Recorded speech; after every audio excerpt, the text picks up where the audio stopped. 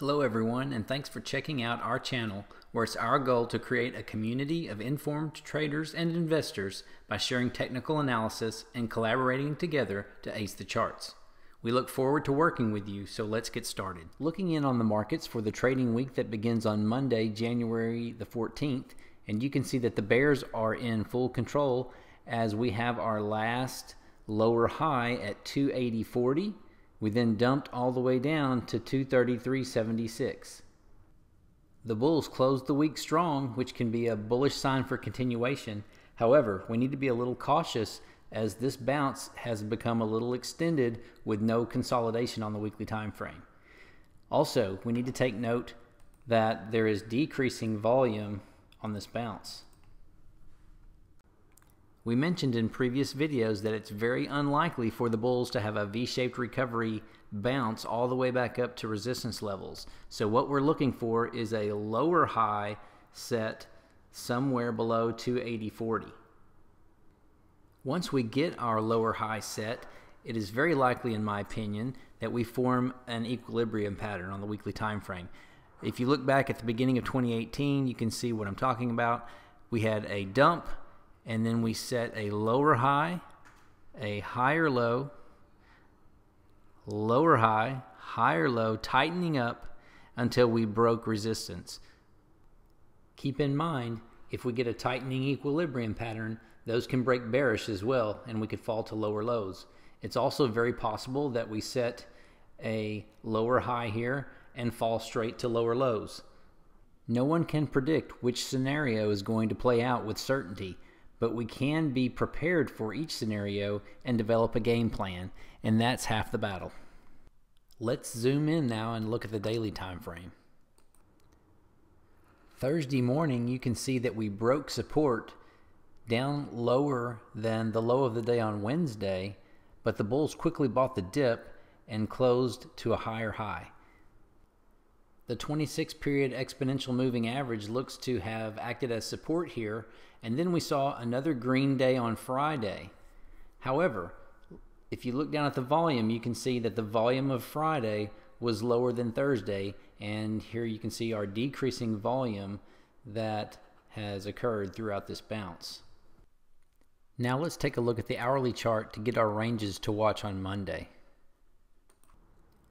SPY on the hourly time frame, you can see on Friday that we made higher lows, but the bulls are having trouble breaking the resistance of 259.16. So that's the resistance level I'm going to be watching, and the support level is the low of Thursday when the bulls bought the dip at 255.51. That support level is also a higher low on the daily time frame, and we've had a couple of days of sideways trading. So what that does is cools off the RSI levels on different time frames, and it allows the bulls some room to go higher if all of the other sectors cooperate. Let's take a look at some of the other sectors and their trading ranges to watch. IWM, which tracks the Russell 2000, has been making higher lows since Thursday. You can see that the resistance level to break is 143.99. The bulls will want to break that level to help SPY get over its resistances. Support level I'm watching is 141.36, which is the low of Thursday. XLK, which tracks the technology sector, also making higher lows on Friday.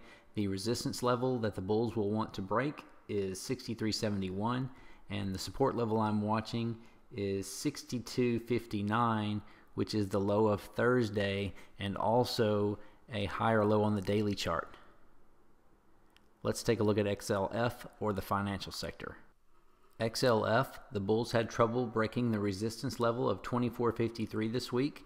You can see 1, 2, 3 tests. The fourth test broke by a penny and then was rejected. The support level I'm watching is 24.19, which is the low of Friday.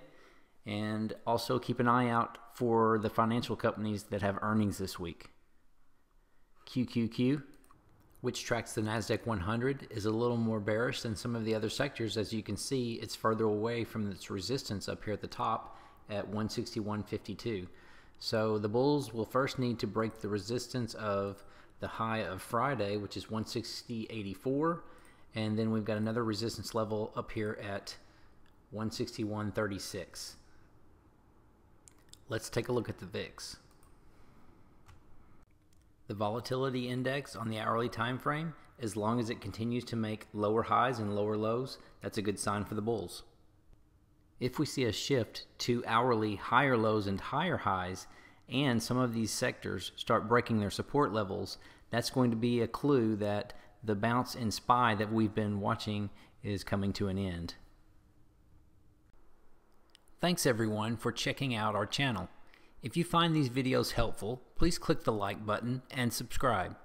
Our goal is to reach 1,000 subscribers so we can continue to create more free content. Also, if you are interested in helping us build a community to collaborate together, click the link in the description of this video to sign up. It's free to join, so do it today and let's work together to ace the charts.